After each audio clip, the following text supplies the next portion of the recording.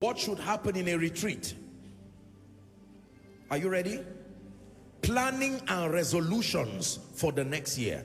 When you obtain direction from God, it is now time to plan. Planning and resolutions for the next year. So you have opened up yourself for appraisal. You know what is right and what is wrong. You have obtained direction from God. It's now time to plan. I think it's God's servant Bishop David Oyedepo that said, praying without planning is playing without knowing. It is true. There is a place for planning. Most believers don't plan. We stumble into our tomorrow and we meet it unplanned. Sadly, we do this as individuals. We do this as corporate organizations, as families. People just enter the year sometimes with blind, unrealistic resolutions. You have to settle down and to plan. How will my 2023 be like? Okay, God has spoken. I have heard. I know where he's taking me. I need to plan. Luke chapter 14, 28 to 30. Luke 14, 28 to 30. For which of you, intending to build a tower, seated not down first and counted the cost? That's planning. The assignment of planning is to help you count the cost, whether he has sufficient to finish it. 29.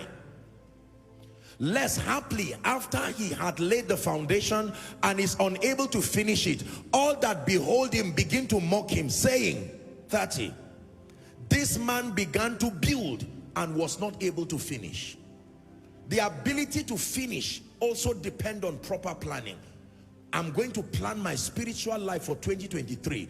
My work made me so busy and it affected my prayer life, my word study life. I have to create a system that factors in my life. Please look at me.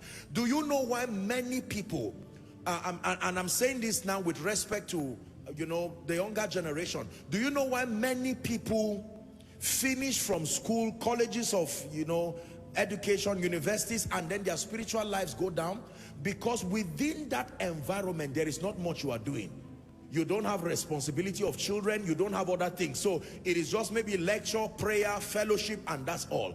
Now you are a father of 3. Now you are a father of 4. Now you are a senior executive in a corporation that your presence can be called anytime. They can call you impromptu and say, please be in London tomorrow by evening.